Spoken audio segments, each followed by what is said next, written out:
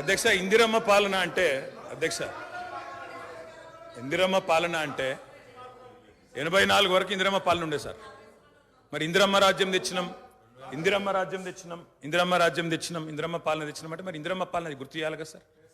ఇందిరమ్మ పాలనలో గంజి కేంద్రాలు ఉండేది గుర్తు చేయాలి, ఇందిరమ్మ పాలనలో కరెంటు లేనిది గుర్తు చేయాలి, ఇందిరమ్మ పాలనలో నిర్బంధాలు గుర్తు చేయాలి, ఇందిరమ్మ పాలనలో నియంతృత్వం గుర్తు చేయాలి, ఇందిరమ్మ పాలనలో ఎమర్జెన్సీ రోజులు గుర్తు చేయాలి, ఇందిరమ్మ పాలనలో ఆర్టికల్ 365ని ఎట్లా యూజ్ చేసి ప్రజాస్వామికంగా ఎన్నుకున్న ప్రభుత్వాలను రద్దు చేసినో గుర్తు చేయాలి, ఇందిరమ్మ పాలనలో ఎట్లా ముల్కీ రూల్ను తుంగలో దొక్కినో గుర్తు చేయాలి, ఇందిరమ్మ పాలనలో ఎట్లా రాష్ట్ర ప్రభుత్వాలను ఒక నియంతలాగా శాసించినో గుర్తు చేయాలి, ఇందిరమ్మ పాలనలో ఎట్లా ఇంటింటికి తాగునీళ్ళు ఇవ్వలేని దుస్థితులను గుర్తు చేయాలి, ఇందిరమ్మ పాలనలో ఎట్లా అయితే గరీబీ హటావో అని నినాదం ఇచ్చి మర్చిపోయినో గుర్తు చేయాలి. రాజశేఖర రెడ్డి గారిని గుర్తు చేసుకున్నప్పుడు, కిరణ్ కుమార్ రెడ్డి గారిని గుర్తు చేసుకున్నప్పుడు వారు తప్పకుండా మేము కూడా అన్ని చెప్పాలి కదా సార్. పోతిరెడ్డి పాడు పొక్కదవి నీళ్లు తీసుకుపోతుంటే హారతులు పట్టిన వాళ్ళ సంగతి చెప్పాలా, హంద్రీనివాకు హారతులు పట్టిన వాళ్ళ సంగతి చెప్పాలా, తెలంగాణకు అన్యాయం చేసిన ప్రతి ఒక్కరి సంగతి చెప్పాలా. కేవలం సెలెక్టివ్గా తలుచుకుంటాం, ఇందిరమ్మ పేరు అవసరం వచ్చినప్పుడు తలుచుకుంటాం, లేకపోతే తలుచుకోమంటే ఎట్లుంటుంది అధ్యక్ష. కాబట్టి తప్పకుండా చెప్పాలా. చరిత్ర అనేది దాస్తే దాగేది కాదు అధ్యక్ష. ప్రగతి భవన్కు పోయి అక్కడ కేసీఆర్ గారి పేరు మీద మట్టి పూయంగానే చరిత్ర మరుగున పడిపోదు అధ్యక్ష. తప్పకుండా వాస్తవాలుగానే ఉంటాయి. వాస్తవం ఏంది అంటే 50 ఏళ్ల గోస తర్వాత కలిసొచ్చే కాలానికి నడిసొచ్చే కొడుకు కేసీఆర్. తెలంగాణ తల్లిని దాస్య శృంఖలాలు తెంచిన కొడుకు కేసీఆర్ గారు అధ్యక్ష. ఇవాళ వారు మాట్లాడినారు గవర్నర్ గారు.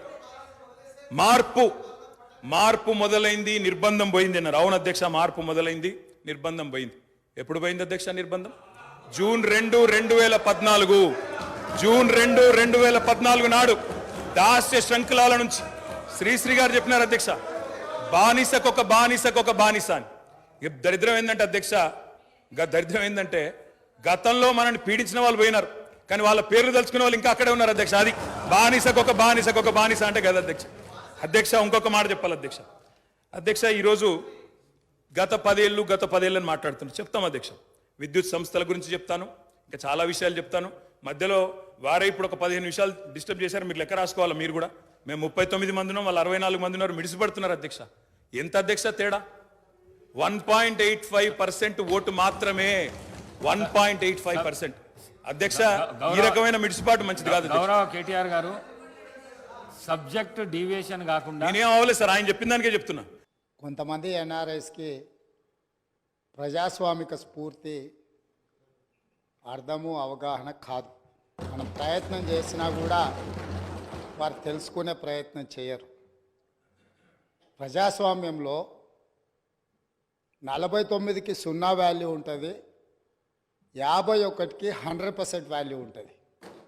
ఎందుకంటే 51% ఓట్లు, 51% నెంబర్ ఉన్న వాళ్ళు ప్రభుత్వాన్ని ఏర్పాటు చేస్తారు.